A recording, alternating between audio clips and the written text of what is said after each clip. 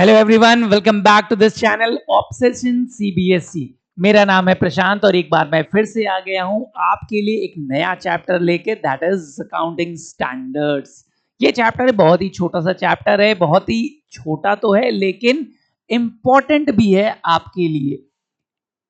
Numerically अगर आप देखेंगे, मार्क्स वाइज देखेंगे तो ये चैप्टर में बहुत ज्यादा वेटेज तो नहीं होता, हार्डली 2 नंबर के क्वेश्चन आएंगे। न्यूमेरिकल बिल्कुल नहीं होता, थोड़ा सा थ्योरेटिकल पार्ट है। नॉलेज आपको जरूरी है, इस चैप्टर की अंडरस्टैंडिंग बहुत जरूरी हो जाएगी, इसलिए ये चैप्टर आपको पढ़ना पड़ेगा। ठीक है, तो स्टार्ट करते हैं इस चैप्टर में। तो ये चैप्टर हमारे अकाउंटिंग स्टैंडर्ड्स पर बेस्ड। अकाउंटिंग स्टैंडर्ड्स क्या होते हैं, ये बाकी सारे रूल्स एंड रेगुलेशन से कैसे डिफरेंट है, इनके बारे में पढ़ेंगे। थोड़ा सा ऑब्जेक्टिव पढ़ेंगे, डिफरेंस पढ़ेंगे और चैप्टर खत्म हो जाएगा। तो स्टार्ट करने से पहले एक बार आपको थोड़ा सा रिमाइंड करा देते हैं कि हमारा भाई इंस्टाग्राम पर भी चैनल है, इसको सब्सक्राइब करें। ठीक है, बाकी इंफॉर्मेशन आपको अपडेट मिलते रहेंगे।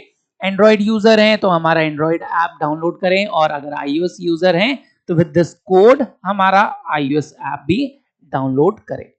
ठीक है, तो हम स्टार्ट करते हैं। अकाउंटिंग स्टैंडर्ड्स होते क्या हैं? देखिए, when we talk about standards, standards are the set of rules, guidelines, principles जिनकी आप बात करते हो, that we one must follow as an accountant. अगर हम अकाउंटिंग करने जा रहे हैं तो हमारे एक स्टैंडर्ड अकाउंटिंग प्रोसीजर क्या होना चाहिए? अपनी मर्जी से करते रहे नहीं भाई, हमारा अकाउंटिंग प्रोसीजर एक ऐसा होना चाहिए जो एक स्टैंडर्ड्स के बेसिस पर हो, एक प्रॉपर तरीका हो जिसके तरीके पे हम फोकस कर सकें। ये तरीके, ये रूल्स, ये प्रिंसिपल्स कौन बताएगा? ये हमारी अलग अलग बॉडीज होती है जो कि बताते हैं। ठीक है, इसके लिए हम एक थोड़ा सा स्टोरी आपको पहले रिलेट करते हैं। भाई स्टोरी क्या होगी? देखिए, मान लीजिए इनके बीच में हम डिफरेंस पढ़ेंगे और इस चैप्टर में हम एक ओवरव्यू आपको दे देते हैं। ठीक है, देखिए मान लीजिए एक फर्म है, एक इंडियन फर्म है। कौन है? इंडियन फर्म है मान लेते हैं। ठीक है, इंडियन फर्म। अब इंडियन फर्म को अपनी अकाउंटिंग स्टैंडर्ड, मतलब अपनी अकाउंटिंग प्रेजेंट करनी है, लोगों को बताना होता है अपने अकाउंट्स को कैसे प्रिपेयर करें। तो Indian firms will follow accounting standards. Indian firm follow करेंगी अकाउंटिंग स्टैंडर्ड्स। अकाउंटिंग स्टैंडर्ड्स कौन बनाता है, कौन इशू करेगा? तो इंडिया में जो प्रोफेशनल बॉडीज हैं वो इनको प्रिपेयर करते हैं। और इंडिया की जो प्रोफेशनल बॉडी है वो कौन है? ये प्रिपेयर कौन करेगा? ICAI, institute of chartered accountants of India. अगर आपको सीए बनना है तो यही फर्म आपको सीए बनाती है। ठीक है, तो सीए होते हैं, ये हमारी प्रोफेशनल इंस्टीट्यूट है जो कि टाइम टू टाइम कुछ रिटन स्टैंडर्ड्स यानी रूल्स प्रोसीजर आपको बताएगी कि अगर अकाउंटिंग करना है तो कौन कौन से स्टैंडर्ड रूल इंडियन कंपनी को फॉलो करने चाहिए। ठीक है, तो इंडिया में जितनी भी फर्म्स हैं अपने अकाउंट्स को प्रिपेयर करती हैं जिन रूल्स एंड रेगुलेशन के अकॉर्डिंगली, वो कहलाते हैं accounting standards for Indian firm. ठीक है, अगर मान लीजिए कोई इंटरनेशनल फर्म है, अगर इंटरनेशनल फर्म है,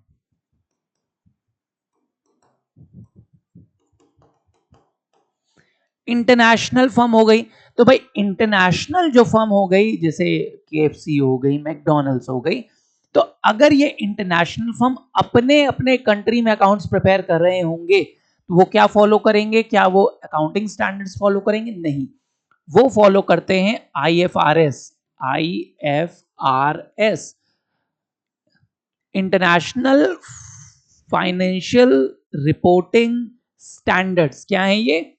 international financial reporting standards.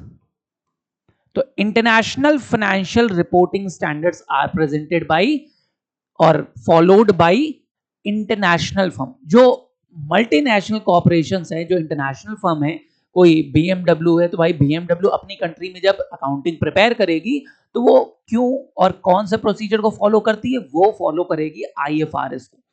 IFRS जो इंटरनेशनल रिपोर्टिंग के लिए बनते हैं स्टैंडर्ड्स, कि अगर आपकी फर्म अलग अलग कंट्री में रिप्रेजेंट कर रही है तो वो एक ऐसा प्रोसीजर फॉलो करेगी, ऐसे रूल्स को फॉलो करेंगे जो कि ज्यादातर कंट्रीज में एप्लीकेबल हो और एक्सेप्ट भी किया जाता हो। तो वो फर्म इंटरनेशनल अकाउंटिंग स्टैंडर्ड्स को फॉलो करते हैं।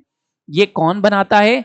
तो IASB, international accounting standard board. International accounting standards के लिए एक बोर्ड बनाया गया जो कि डिजाइन करते हैं ये इंटरनेशनल रिपोर्टिंग स्टैंडर्ड्स। ठीक है, तो इंटरनेशनल फर्म के लिए यानी विदेशी कंपनियों के लिए क्या फॉलो होता है? IFRS। कौन बनाता है? IASB। इंडियन कंपनीज के लिए कौन बनाता है? ICAI बनाता है, और वो क्या बनाएगा? Accounting standards. इतना समझ में आया? अब मान लीजिए कोई इंडियन फर्म है, क्या है? इंडियन फर्म है, मान लेते हैं इंडियन फर्म है, बट अगर ये मल्टीनेशनल वे में अपने आप को रिप्रेजेंट करती हैं, जैसे आप देखोगे टाटा हो गया, ठीक है, तो अडानी हो गए, बिरला हो गए, रिलायंस हो गए, ये ऐसे जाइंट्स है जो कि इनका बिजनेस भी इंटरनेशनली स्प्रेड है। तो अगर मान लीजिए इंडियन कंपनी किसी फॉरेन कंपनी में, फॉरेन कंट्री में अपने बिजनेस को एक्सपैंड करेगी, भाई इंडियन कंपनी ने अपनी ब्रांच को ओपन किया इन यूएस। अब यूएस क्या अकाउंटिंग स्टैंडर्ड्स को फॉलो कर रहा है? नहीं, वो क्या फॉलो कर रहा है? IFRS को फॉलो कर रहा है। तो अब इंडियन कंपनी क्या अकाउंटिंग स्टैंडर्ड बेस्ड रिपोर्टिंग करेंगे, अपने अकाउंट्स को इन रूल के अकॉर्डिंग बनाएंगे? नहीं। क्यों? क्योंकि फॉरेन कंपनीज को वो समझ में नहीं आएगा, फॉरेन इन्वेस्टर्स को वो समझ में नहीं आएगा, फॉरेन गवर्नमेंट को वो समझ में नहीं आएगा। उनके यहां तो IFRS चल रहा था, और इंडियन कंपनी को इंटरनेशनल रूल्स के बारे में ज्यादा पता नहीं होता, वो हर कंट्री के हिसाब से अपने इंटरनेशनल रूल कैसे बनाए। तो इन दोनों को सिंक्रोनाइज्ड करके जो IFRS था, इसका इंडियन वर्जन दिया गया। क्या दिया गया? Indian version. तो इंडियनाइज्ड वर्जन ऑफ IFRS बनाया गया। किसके लिए बनाया गया? कि अगर कोई इंडियन कंपनी इंटरनेशनल मार्केट में ऑपरेट करे तो वो किन रूल्स एंड प्रोसीजर को फॉलो करेगी, उनको बोला गया इंडियन अकाउंटिंग स्टैंडर्ड्स। तो इंडियन अकाउंटिंग स्टैंडर्ड्स क्या है? Indianised version of international financial reporting standards. समझ में आया? तीनों में डिफरेंस, इन तीनों के बारे में मेनली हमको पढ़ना होता है इस चैप्टर में। आपके सिलेबस में मेनली अकाउंटिंग स्टैंडर्ड्स और इंडियन अकाउंटिंग स्टैंडर्ड्स के बारे में बताया गया है, क्योंकि हम इंडियन पॉइंट ऑफ व्यू से पढ़ रहे हैं। ठीक है, IFRS के बारे में आपके सिलेबस में ज्यादा नहीं है, बट आपको ये आइडिया लग गया कि कौन प्रिपेयर करता है? International firms. इंटरनेशनल फर्म जब अपनी अपनी कंट्री में रिपोर्ट करेंगी, वो क्या बनाएंगी? अकाउंटिंग किस बेस पे बनाएंगी? They will prepare accounting on the basis of IFRS। Indian company को अगर इंडिया में ही रिपोर्ट करना है, उसकी ब्रांचेस इंडिया के ही किसी स्टेट्स में है, तो वो अकाउंटिंग स्टैंडर्ड्स को फॉलो करते हैं। जो इंडियन रूल है भाई, इंडियन कंपनीज के रूल्स हैं, इंडियन गवर्नमेंट को, इंडियन इन्वेस्टर को समझ में आ जाएगा। लेकिन फॉरेन इन्वेस्टर को अगर समझाना है तो भाई वो इंडिया के कल्चर, रूल को, बैकग्राउंड को नहीं समझेगा, तो उसको इंटरनेशनल चाहिए। अब इंडियन कंपनी को इंटरनेशनल स्टैंडर्ड्स नहीं आते, तो दोनों को क्लब करके एक नया सिस्टम डिराइव किया गया कि IFRS जो इंटरनेशनल रूल थे उनको इंडियन वे में प्रेजेंट किया गया, ताकि इंडियन जो फर्म्स हैं वो रूल्स को फॉलो कर सकें, और इन्वेस्टर्स, जो फॉरेन इन्वेस्टर्स है या फॉरेन गवर्नमेंट है, वो इजिली उसको एक्सेप्ट कर सकें। इसलिए आ गया Indian version of IFRS which is called Indian accounting standards. आ गया समझ में? बेसिक आपको एक ओवरव्यू मिल गया इस चैप्टर का। हम इन्हीं के बारे में हम इस चैप्टर्स में पढ़ेंगे। अच्छा, ये कौन बनाता है भाई? ये जो इंडियन अकाउंटिंग स्टैंडर्ड, ये कौन बनाएगा? इनको प्रेजेंट करता है या समअप करती है इंडियन कंपनीज एक्ट। कौन बनाएगा? कंपनी। एक सेकेंड, ये प्रेजेंट किए जाते हैं कंपनीज एक्ट में 2013। तो कंपनीज एक्ट 2013, इनके बारे में आपको ओवरव्यू देगी। ठीक है, अब हम आते हैं इस चैप्टर के स्टार्ट पर। देखिए, सबसे पहले हम बात करेंगे what is an accounting standard. तो अकाउंटिंग स्टैंडर्ड्स मैंने बताया इंडियन कंपनी के लिए वो रिटन रूल्स, वो गाइडलाइंस जो हमारी professional bodies time to time issue करती रहती है। भाई कोविड का टाइम आया या जीएसटी आ गया, डिजिटल मीडिया में अब अकाउंटिंग ज्यादा होने लग गई, तो टाइम टू टाइम कुछ ना कुछ चेंजेस आते रहते हैं इकोनॉमी में और अकाउंटिंग प्रोफेशनल्स के। तो उनके अकॉर्डिंगली टाइम टू टाइम कुछ ना कुछ नई गाइडलाइंस आपको प्रेजेंट की जाती है। तो वो गाइडलाइन कौन बनाती है? Professional bodies in India, ICI, और उनको टाइमली इशू करती है so that Indian companies, Indian firms उनको फॉलो कर सकें। समझ में आया? तो देखिए, accounting standards are written statements issued time to time issue किए जाते हैं by institution of financial professionals. Financial professional मतलब यहां पर कौन सा होगा? आईसीएआई। आईसीएआई यहां पे प्रेजेंट करती है, स्पेसिफाइंग यूनिफॉर्म रूल्स और practices for drawing the financial statements. कि फाइनेंशियल स्टेटमेंट जो आप प्रॉफिट लॉस बना रहे हो, निकाल रहे हो, उनको प्रोवाइड करने के लिए हमको क्या रूल्स फॉलो करने हैं, क्या प्रोसीजर एक्सेप्ट करने हैं, इनके लिए टाइम टू टाइम आईसीआई हमको some rules, some guidelines issue करता रहता है in a written form, and that is called accounting standards. समझ में आया? अकाउंटिंग स्टैंडर्ड वो रिटन रूल्स, पॉलिसीज, प्रोसीजर्स हैं जो कि ICI time to time issue करती रहती है। किसके लिए? Indian firms and Indian companies के लिए, सो दैट वो अपने अकाउंटिंग में इन रूल्स को एक्सेप्ट करें और इंडिया में हर किसी का, जितनी भी फर्म्स हैं, वो अकाउंटिंग जब बनाए तो एक जैसा बने, यूनिफॉर्म पॉलिसीज हो, यूनिफॉर्म रूल्स हो, सो दैट उनको कंपेयर करना आसान हो जाए। ठीक है? और जब एक जैसे होंगे तो कंपैरिजन आसान होगा, रिलायबल भी होंगे, ट्रस्टवर्दी भी होंगे। ठीक है? आ गया समझ में? अगले स्टेप पर आते हैं। देखिए, ऑब्जेक्टिव्स। आपसे ये पूछा जाता है भाई क्यों बनाना चाहिए, why do we follow these accounting standards. हम बिना स्टैंडर्ड के काम नहीं कर सकते, कर सकते हैं, बट आपका जो अकाउंटिंग होगी वो यूनिफॉर्म नहीं दिखेगी, एक जैसी नहीं दिखेगी, और बहुत सी प्रॉब्लम्स आएंगी। तो उन प्रॉब्लम को ओवरकम करने के लिए हमको इन अकाउंटिंग स्टैंडर्ड्स को एक्सेप्ट करना पड़ेगा। जो भी इंडियन फर्म है वो सारी इन अकाउंटिंग स्टैंडर्ड्स को फॉलो करती हैं। क्यों करती हैं? देखिए, सबसे पहला यूनिफॉर्मिटी, यानी अगर एक फर्म ने, इंडिया में जितनी भी फर्म्स हैं, सबने अकाउंटिंग स्टैंडर्ड्स को फॉलो किया, तो सबके अकाउंटिंग स्टेटमेंट्स जो आएंगे, फाइनेंशियल स्टेटमेंट्स आएंगे, वो यूनिफॉर्म आएंगे, एक जैसे आएंगे, अलग अलग नहीं आएगा कि किसी का रिजल्ट अलग तरीके। जैसे आप सीबीएसई या ISC board, UP board, state boards क्या करते हैं? रिजल्ट रिलीज करते हैं क्लास 10th एंड 12th में, तो एक कॉमन ग्राउंड पे करते हैं ना, कि परसेंटेज में, मार्क्स के बेसिस में। अब मान लीजिए कोई बोर्ड का है, मैं तो ग्रेडिंग सिस्टम में बिलीव कर रहा हूँ, कोई कहेगा मैं स्टार रेटिंग दूंगा, कोई कहेगा मैं तो परसेंटेज में दूंगा, है ना, कोई कहेगा सीजीपीए में प्रेजेंट करूं, तो that will become difficult for colleges to take admission. कि भाई मैं 10 सीजीपीए को अच्छा मानूं, कि 80% को अच्छा मान लूं, कि ए ग्रेड को अच्छा मानूं, क्या मान लें। तो इसीलिए यूनिफॉर्मिटी होनी चाहिए। यूनिफॉर्मिटी से क्या आएगा? कंपेरेबिलिटी। कि अगर डेटा यूनिफॉर्म होगा, एक जैसा होगा, तो कंपेयर करना भी आसान हो जाएगा। कि एज एन इन्वेस्टर हम कंपेयर कर सकते हैं कि कौन सी फर्म फाइनेंशियली अच्छा काम कर रही है और कौन सी फाइनेंशियली अच्छा नहीं कर रही, in which firm we want to invest, in which firm we don't want to invest. ये कंपैरिजन करना इन्वेस्टर के लिए बहुत ही आसान हो जाएगा। समझ में आया? तो ये दो प्रोसीजर समझ में आए क्यों हम कर रहे हैं, दो पर्पस, ऑब्जेक्टिव्स। इसके अलावा क्रेडिबिलिटी। क्रेडिबिलिटी क्या है?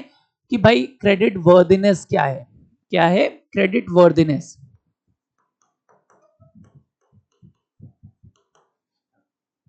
कि फर्म की क्रेडिबिलिटी क्या है? कि फर्म को हम, मतलब जिसको बोलते हैं ना, कि एक्सेप्ट कर सके, उसको मान सके कि वो जो भी डेटा दे रही है वो सही है, उस पर हम उसको जज कर सकेंगे। अगर बैंक में लोन लेने गए तो बैंक हमको उसके बेसिस पे लोन वगैरह देगी कि हाँ उसके डेटा सही हैं। क्यों? क्योंकि आपने प्रॉपर अकाउंटिंग रूल्स, प्रोसीजर्स को एक्सेप्ट करके अकाउंटिंग की है, तो वो ज्यादा ट्रस्ट वर्दी है। ठीक है? इसी से आएगा टर्म रिलायबिलिटी, कि अगर आपने अकाउंटिंग स्टैंडर्ड्स को फॉलो किया है तो आपका फाइनेंशियल स्टेटमेंट ज्यादा रिलायबल होगा as compared to those firms जिन्होंने इन अकाउंटिंग स्टैंडर्ड्स को फॉलो नहीं किया। अकाउंटिंग स्टैंडर्ड को फॉलो करोगे तो डेटा रिलायबल होगा, आप कहीं पर भी प्रेजेंट करोगे वो एक्सेप्ट करेगा कि हाँ आपने सही सही अकाउंटिंग की है। बैंक उसी के बेसिस पे आपको लोन्स वगैरह प्रोवाइड करेंगे। समझ में आया?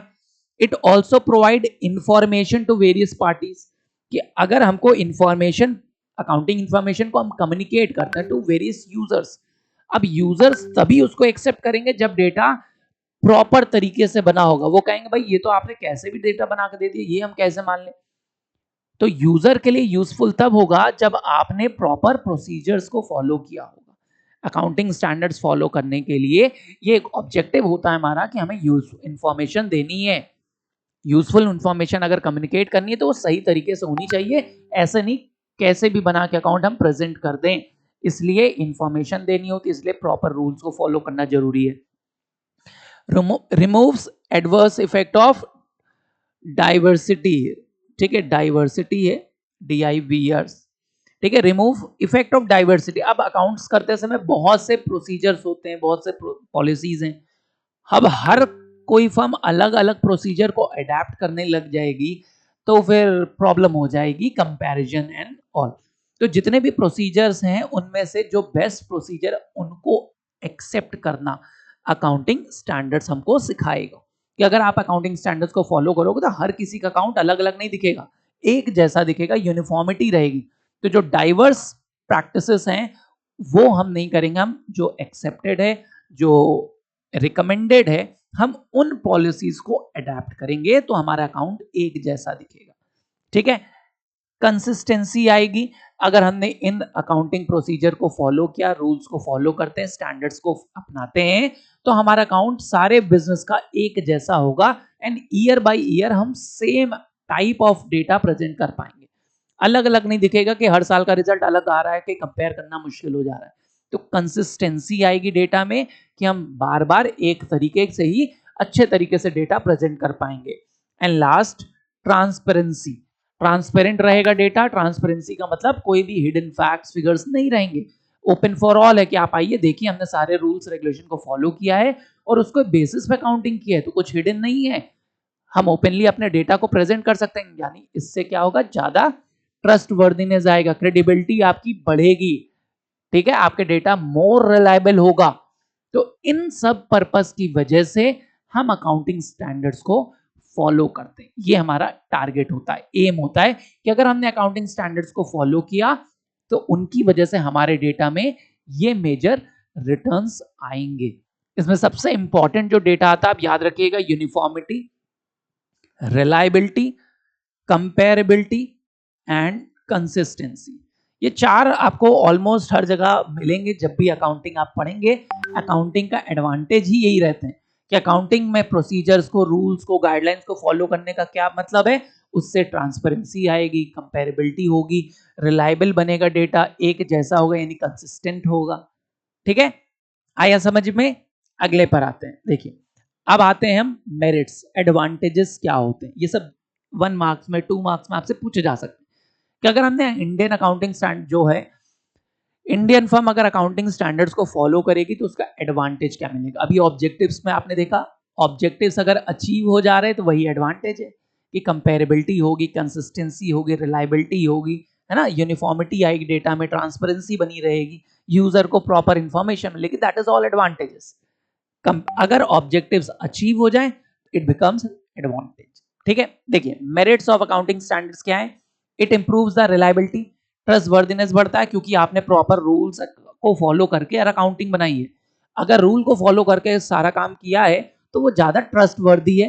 And credibility of the financial statement, यानी फाइनेंशियल स्टेटमेंट ज्यादा ट्रस्ट वर्दीनेस होगा, ज्यादा रिलायबल होगा, उसके ऊपर कोई भी हमको डिसीजन लेना आसान हो जाएगा क्योंकि ट्रस्ट वर्दी है कि रूल्स रेगुलेशन को फॉलो करके किया गया है, बिना रूल को फॉलो किए नहीं किया हमने।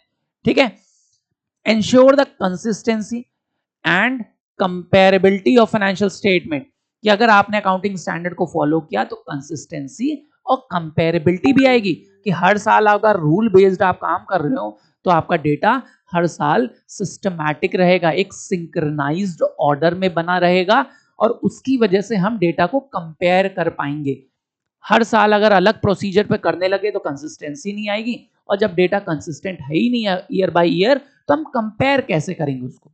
तो इसीलिए accounting standards helps in attaining consistency and then helps in comparing the data year by year and firm by firm। आया समझ में? अगला देखते हैं। It helps in resolving conflicts of financial interest among the user group। कि accounting के बहुत से यूजर्स हैं, जैसे एक हो गया शेयर होल्डर, शेयर होल्डर चाहेगा कि भाई मेरा रिटर्न्स ज्यादा है। एक होते हैं लेंडर्स यानी बैंक्स, बैंक्स चाहेंगे कि हमारा पैसा पहले वापस करिए, है ना। हर किसी का नीड अलग है, पर्पस अलग है। शेयर होल्डर कहेगा ये मेरा रिटर्न्स डिविडेंड्स ज्यादा पे कर दीजिए, कोई बात नहीं बैंक इंटरेस्ट अगले साल पे कर दीजिए। बैंक कहेगा no, first pay my interest then whatever is left declare as a dividend to the shareholders. तो हर कोई इंटरेस्ट ग्रुप जो है हमारा वो आपस में क्या करता है, क्लैश करता है, कहता नहीं मेरे हिसाब से बनाइए, कोई कहेगा मेरे हिसाब से अकाउंटिंग करिए।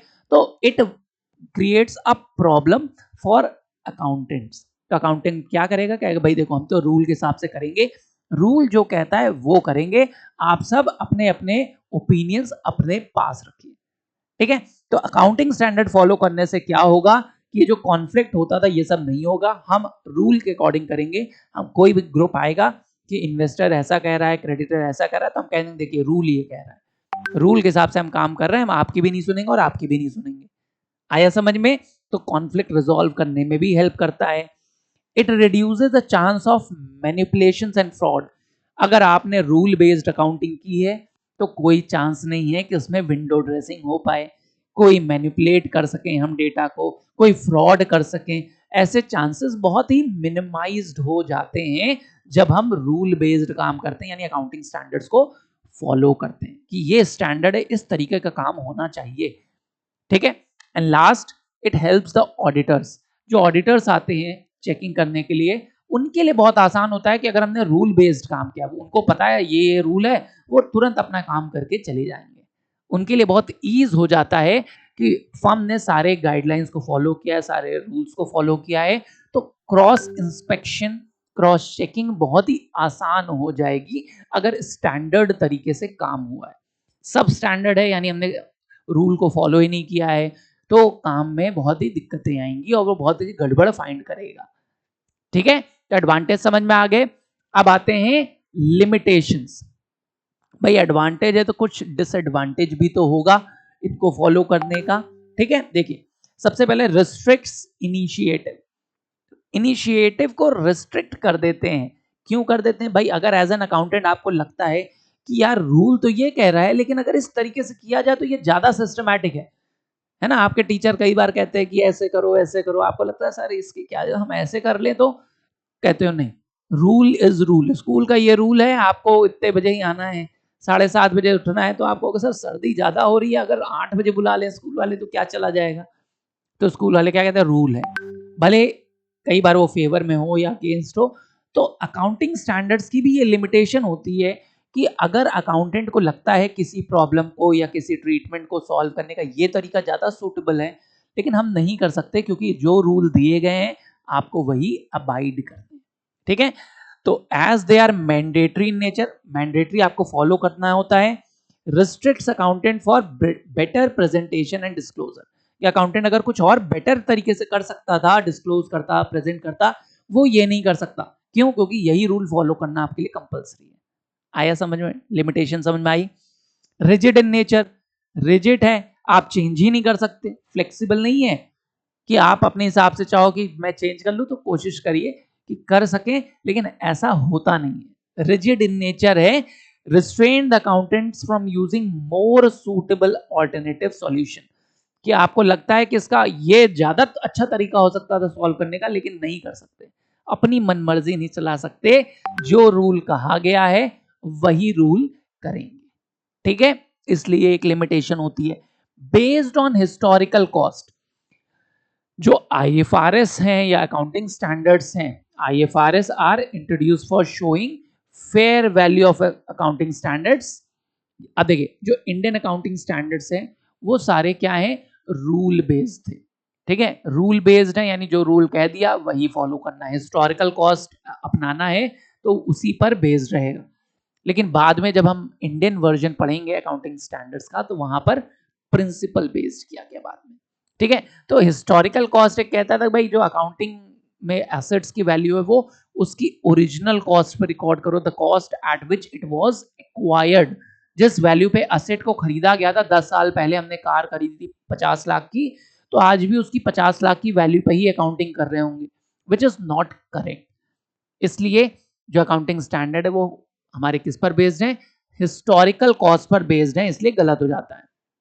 ठीक है, इसीलिए बाद में इंटरनेशनल फाइनेंशियल अकाउंटिंग स्टैंडर्ड्स जो थे, रिपोर्टिंग स्टैंडर्ड्स और इंडियन अकाउंटिंग स्टैंडर्ड्स को इंट्रोड्यूस किया गया ताकि हम अकाउंटिंग में जो असेट्स हैं उनकी फेयर वैल्यू शो किया जा सके। क्योंकि अकाउंटिंग स्टैंडर्ड कहता था जो रूल है वही फॉलो करो, हिस्टोरिकल कॉस्ट बोला गया तो हिस्टोरिकल कॉस्ट पे ही काम करेंगे, which is not correct. Last देखिए, obstruct the judgement of auditors.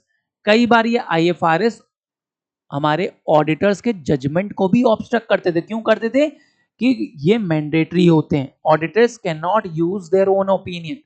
Auditors को लगता था नहीं ये गलत हो रहा है, ये इसी तरीके से होना, इसको इस तरीके से आपको करना चाहिए था, इसका ट्रीटमेंट। तो ऑडिटर्स ये सब नहीं कर सकते, वो अपना ओपिनियन नहीं दे सकते। क्यों? क्योंकि ये अकाउंटिंग स्टैंडर्ड को फॉलो करना ही मैंडेटरी है, भले वो सही लग रहा हो या नहीं लग रहा हो। ऑडिटर्स ने कहा भाई आप तो अपने असेट, अपने लैंड की वैल्यू 10 लाख रुपए दिखा रहे हो, आज इस जमीन की कीमत 10 करोड़ है, तो वो आप कहेंगे नहीं भैया हिस्टोरिकल कॉस्ट कहता है, देखिए रूल यही था कि जिस वैल्यू पे खरीदा था, मैंने तो इस जमीन को भैया 15 साल पहले 10 लाख में खरीदा था, अब आज इसकी वैल्यू 10 करोड़ हो गई तो मैं क्या करूं इसमें, रूल तो मेरा यही कह रहा है। तो अब भले आपकी वैल्यू एक्चुअली में 10 करोड़ हो गई, लैंड की वैल्यू अप्रिशिएट होती ना, 10 सालों में हो सकता है हाईवे बन गया और उसके सामने उसकी वैल्यू बढ़ गई। तो इसमें ऑडिटर को लगता है नहीं ये आप गलत दिखा रहे हो, अपनी वैल्यूएशन कम करके दिखा रहे हो, लेकिन ऑडिटर अपना ओपिनियन नहीं रख सकता क्योंकि रूल नहीं कहता ऐसा।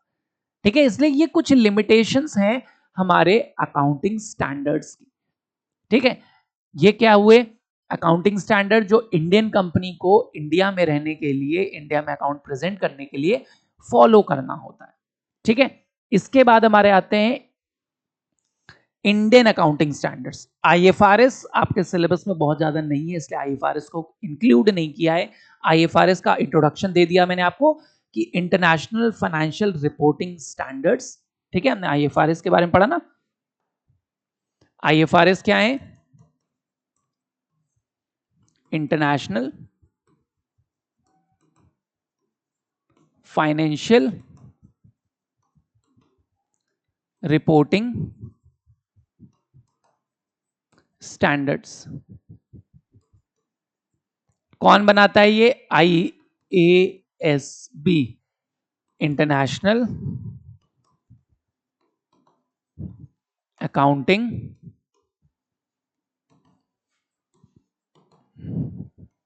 Standard board. तो इंटरनेशनल अकाउंटिंग स्टैंडर्ड बोर्ड जो है वो IFRS बनाते हैं।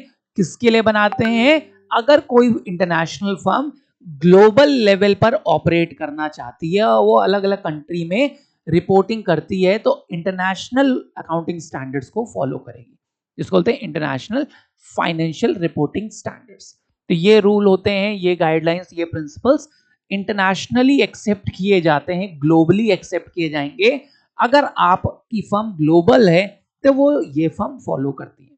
मान लीजिए BMW को अपना कोई अकाउंटिंग करनी है US की किसी फर्म में जाके, BMW ने अपना शोरूम US में खोल रखा, अपनी एक ब्रांच US में डाल रखी है और US में वो अकाउंटिंग करेगी और समझाएगी, इन्वेस्टर को अट्रैक्ट करना है तो उसको इंटरनेशनल अकाउंटिंग स्टैंडर्ड्स फॉलो करने पड़ते हैं, जिसको बोलते हैं IFRS। समझ में आया? क्योंकि ये इंटरनेशनली है और हम इंडियन है तो हम इनके बारे में ज्यादा नहीं पढ़ते, हमारे सिलेबस से ये हटा दिया गया। तो हम क्या पढ़ेंगे? अगर इंडियन फर्म है और उसको ग्लोबल मार्केट में जाना है, उसको US, UK, जापान, ऑस्ट्रेलिया अपनी फर्म सेटअप करनी है तो उसको भी इंटरनेशनल रूल फॉलो करने पड़ेंगे। लेकिन इंडियन फर्म को IFRS के बारे में ज्यादा आइडिया नहीं होता, तो क्या किया गया है, इन IFRS का इंडियनाइज्ड वर्जन बना दिया गया है इंडियन फर्म के लिए कि वो आसानी से समझ सके और उसको प्रेजेंट कर सके। ठीक है, तो वही आता है हमारे लिए इंडियन अकाउंटिंग स्टैंडर्ड्स। तो इंडियन अकाउंटिंग स्टैंडर्ड्स क्या है, these are the Indianized version of IFRS।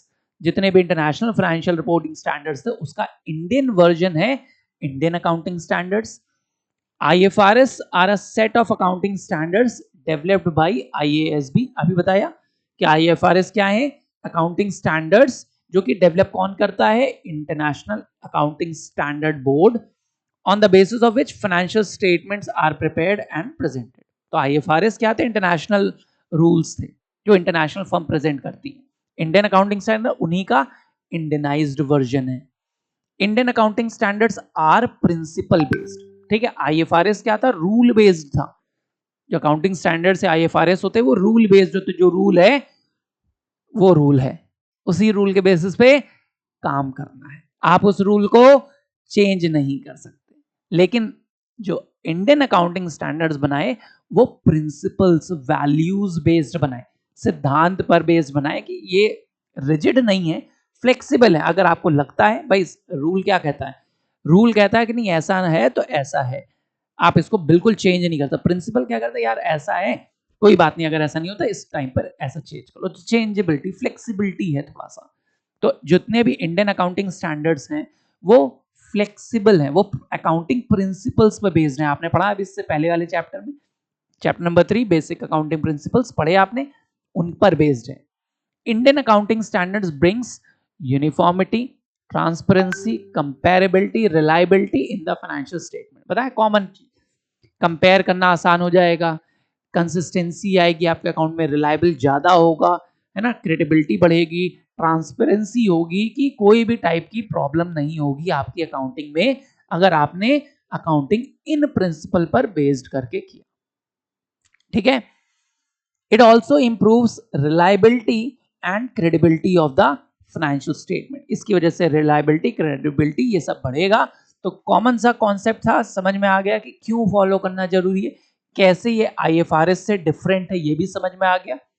एक टॉपिक और पढ़ेंगे इसमें हम, देखिए अच्छा कुछ एडवांटेज अभी और भी है इसके feature. It remove effect of diverse accounting practices and policies. अगर आप इंडियन अकाउंटिंग स्टैंडर्ड्स को फॉलो करते हैं तो बहुत सी डाइवर्स प्रैक्टिसेस जो थी, प्रोसीजर थे, अलग अलग फर्म अलग अलग तरीके से काम कर रही थी। किसी को रिपोर्ट इंटरनेशनल करना है तो अलग अकाउंट बनाती थी, किसी को US में रिपोर्ट करना तो उसके हिसाब से अकाउंट बना रही है, तो किसी को UK में करना है तो उसके हिसाब से। तो एक इंडियन फर्म को अलग अलग कंपनी में जाने के लिए, अलग अलग कंट्री में रिप्रेजेंट करने के लिए अलग अलग अकाउंट बनाने पड़ते थे, तो जिसकी वजह से प्रॉब्लम होती थी। तो अब क्या किया, ये सब हटा के एक इंडियन अकाउंटिंग स्टैंडर्ड से बनाइए तो आपका इंटरनेशनली एक्सेप्ट कर लिया जाएगा। It is most suitable for Indian conditions. Indian firms के लिए ज्यादा सूटेबल है कि अगर इंडियन फर्म आउटसाइड इंडिया कहीं पर भी अपने आप को प्रेजेंट करेगी। It reduces the chances of manipulation and fraud. कोई भी गलती नहीं होगी, फ्रॉड नहीं होगा, एरर नहीं आएगी, विंडो ड्रेसिंग पॉसिबल नहीं होगी। And it also helps the investor in meeting their requirement. कि इन्वेस्टर्स को अट्रैक्ट करना बहुत आसान हो जाता है कि मान लीजिए बिल गेट्स आ रहे हैं और डॉली चाय वाले को पैसा देना चाहते हैं तो कहेंगे भैया अपने स्टैंडर्ड्स दिखाइए, आपके अपने अकाउंटिंग दिखाइए। अब वो इंडियन अकाउंटिंग दिखाएगा तो उसको समझ में आएगा नहीं, तो डॉली चाय वाले कहेगा भैया ऐसा बनाओ अकाउंट जो हमको भी समझ में आए। तो वो क्या करेंगे, डॉली चाय वाले इंडियन अकाउंटिंग स्टैंडर्ड को फॉलो करके अगर अकाउंट बना देंगे तो बिल गेट्स को भी समझ में आ जाएगा, बिल गेट्स को समझ में आ गया तो वो पैसे भी दे देंगे आपको। ठीक है, तो ये कहता है इंडियन अकाउंटिंग स्टैंडर्ड्स। समझ में आ गया। लास्ट एक और स्लाइड पर आते हैं, ये भी बहुत अच्छा क्वेश्चन आता है आपके लिए। Difference between Indian accounting standards and accounting standards. Accounting standards जो कि रूल बेस्ड थे, कंपलसरी होते थे फॉलो करना, और इंडियन फर्म के लिए सूट थे जो इंडिया में ही रिप्रेजेंट करे। लेकिन इंडियन फर्म को अगर अब्रॉड आपको रिप्रेजेंट करना है तो आपको इंडियन अकाउंटिंग स्टैंडर्ड्स फॉलो करने चाहिए। देखिए डिफरेंस देखते हैं, accounting standards and Indian accounting. Based on international accounting standards, यानी अकाउंटिंग स्टैंडर्ड जो है वो IFRS बेस्ड है।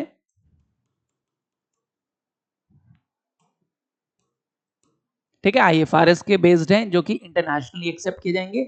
और नहीं, इंडियन अकाउंटिंग स्टैंडर्ड्स आपके IFRS बेस्ड नहीं होते ये। अच्छा, पहला अकाउंटिंग स्टैंडर्ड थी, तो अकाउंटिंग स्टैंडर्ड्स इंडियन नहीं है, इंटरनेशनल अकाउंटिंग स्टैंडर्ड्स पर बेस्ड होते हैं, इंटरनेशनली जो एक्सेप्ट किए जाते हैं उन पर बेस्ड हैं। और इंडियन अकाउंटिंग जो स्टैंडर्ड बनाया गया वो IFRS का इंडियनाइज्ड वर्जन है। तो this is Indianised version, Indian version आप बोल सकते हो, इंडियन वर्जन ऑफ IFRS है। ये क्या है, इंटरनेशनल रूल्स को फॉलो करते हैं और यहां पर उसी इंटरनेशनल रूल को हमने इंडियन वर्जन में कन्वर्ट कर दिया। सेकंड देखिए, तो अभी बताया था अकाउंटिंग स्टैंडर्ड्स जो होते हैं वो रूल बेस्ड होते हैं, लॉन्ग एंड कॉम्प्लेक्स होंगे, यानी जो इंटरनेशनल रूल्स हैं वो कॉम्प्लेक्स भी होंगे और थोड़ा सा लेंदी भी होंगे। लेकिन इंडियन अकाउंटिंग स्टैंडर्ड जो हमने कन्वर्ट किए वो प्रिंसिपल बेस्ड बनाए। तो प्रिंसिपल बेस्ड बनाए तो रिपोर्ट एसेंस ऑफ ट्रांजैक्शन, ये एक ट्रांजैक्शन के जो इंपॉर्टेंट एलिमेंट है बस उन्हीं को रिपोर्ट करते हैं, बाकी फुल डिस्क्लोज नहीं करते, मटीरियलिटी पर ज्यादा फोकस करते हैं। आपने कॉन्सेप्ट कन्वेंशंस पढ़े, उसमें मटीरियलिटी पढ़ा, तो मटीरियल इंफॉर्मेशन देते हैं टू द यूजर्स, ना कि उसको बहुत ज्यादा लेंदी बनाते हैं। लैंग्वेज, क्योंकि आप इंटरनेशनल बॉडी को रिप्रेजेंट करेंगे तो ये ज्यादा टेक्निकल हो जाती है। भाई अगर हमें यूएस में रिपोर्ट करना है अलग, यूके में रिपोर्ट करना है अलग, तो हमें दोनों जगह अलग अलग लैंग्वेज और अलग अलग इंटरनेशनल रूल्स के हिसाब से अकाउंटिंग करनी पड़ेगी, जो कि कॉम्प्लेक्स हो जाएगा। लेकिन अगर आप इंडियन अकाउंटिंग स्टैंडर्ड को फॉलो करोगे तो उसने इंडियनाइज्ड वर्जन बना दिया, तो आपके लैंग्वेज इजी हो जाएगी और रिपोर्टिंग भी आसान हो जाएगी। तो simple and clear language for Indian firms बनाया गया under Indian accounting standards. Value of assets, अभी हमने पढ़ा कि इंटरनेशनली जब हम रूल को फॉलो करते हैं तो हिस्टोरिकल कॉस्ट को फॉलो करके करना पड़ता है। अकाउंटिंग स्टैंडर्ड्स का रूल कहता है कि इंडियन फर्म हो चाहे कोई भी फर्म है, हिस्टोरिकल कॉस्ट को फॉलो करेगी। लेकिन इसके लिए बाद में जब इंडियन अकाउंटिंग स्टैंडर्ड आया तो उसने ट्रू एंड फेयर वैल्यू का यूज करना स्टार्ट किया कि डेप्रीशिएशन भी लगाइए, उसकी प्रेजेंट वैल्यू पर शो करिए कि खरीदा तो इतने का था लेकिन आज उसकी वैल्यू बढ़ी है तो अप्रिशिएट करिए, और घट गई है तो डेप्रीशिएट भी करके शो करिए, तो जो कि ज्यादा बेटर ओपिनियन है मेरे भी पॉइंट ऑफ व्यू से। देन आता है reliability, not trusted bye international investors. अगर इंटरनेशनल इन्वेस्टर्स को इंडियन कंडीशन की जो आपने अकाउंटिंग दिखाई कि अभी मैंने बताया ना कि डॉली चाय वाले को अगर बिल गेट्स आके मांगेंगे और वो अकाउंटिंग स्टैंडर्ड्स दिखा रहा है तो इंडिया में फॉलो होते हैं, तो उन अकाउंटिंग स्टैंडर्ड्स को अगर बिल गेट्स को दिखाएंगे तो वो समझ नहीं पाएगा, इसलिए इंटरनेशनल इन्वेस्टर्स को ट्रस्ट नहीं करते। लेकिन जो इंडियन अकाउंटिंग स्टैंडर्ड्स हैं उनको हमने ऐसा बनाया है कि जो इंटरनेशनल अकाउंटिंग स्टैंडर्ड्स थे उसी को बस इंडियन वर्जन में कन्वर्ट किया है, तो इंडियन फर्म इजीली प्रिपेयर कर सकेगी और इन्वेस्टर्स को समझ में भी आएगा। तो अगर डॉली चाय वाले ने इन पर बेस्ड अकाउंटिंग स्टैंडर्ड्स किए हैं, इंडियन अकाउंटिंग स्टैंडर्ड बेस्ड, तो बिल गेट्स इजीली समझ जाएंगे और तुरंत पैसा दे देंगे। ठीक है, तो it is trusted bye international investors. Last आता है मल्टीपल रिपोर्टिंग, क्या हमको अलग अलग कंट्री की वजह से अलग अलग रिपोर्टिंग करनी पड़ेगी? अगर अकाउंटिंग स्टैंडर्ड्स को फॉलो कर रही है इंडियन कंपनी तो क्योंकि वो इंडिया कंट्री में ही सूटेबल है, फॉरेन कंट्रीज में जाना होगा, आपको बिजनेस एक्सपैंड करना है तो हर कंट्री की नीड के हिसाब से मल्टीपल रिपोर्टिंग करके दिखानी होगी। यूएस कहेगा मेरे के यहाँ इस तरीके से अकाउंट बनाइए तो आपको उस तरीके से प्रिपेयर करना पड़ेगा, यूके कहेगा मेरे हिसाब से अकाउंटिंग करिए तो वहां की कंट्री के रिक्वायरमेंट हिसाब से आपको करना पड़ेगा। तो you have to report multiple veg.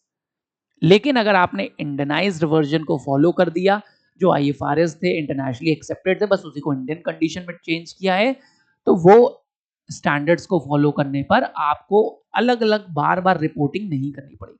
ये रिपोर्टिंग्स यानी अगर आपने international accounting Indian accounting standard को फॉलो करके अगर बनाया तो आपका जो रिकॉर्ड्स हैं, जो डेटा है, वो इंटरनेशनली एक्सेप्ट हो जाएगा, आपको कोई प्रॉब्लम नहीं आएगी।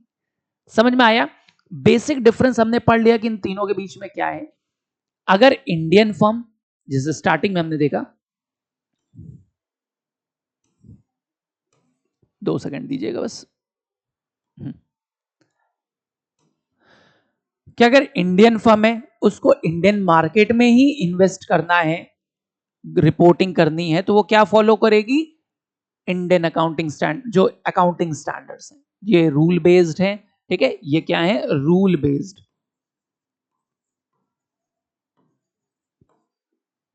रिजिड है, फ्लेक्सिबल नहीं है।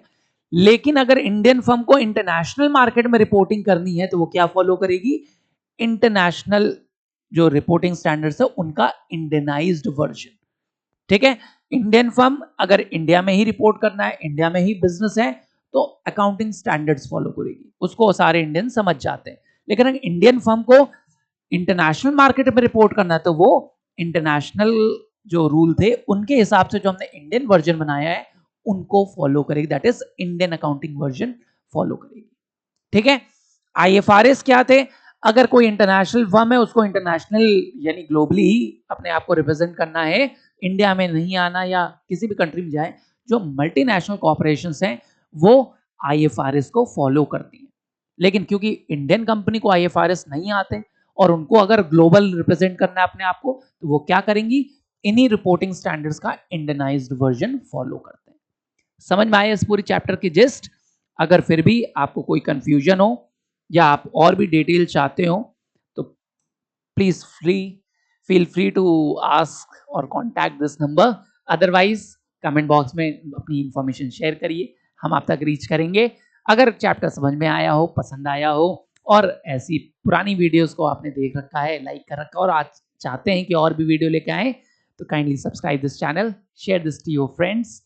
टिल देन हम अगला वीडियो आपको लेके आएंगे और तब तक पढ़ते रहिए, आगे बढ़ते रहिए। Take care, thank you so much for joining, bye bye.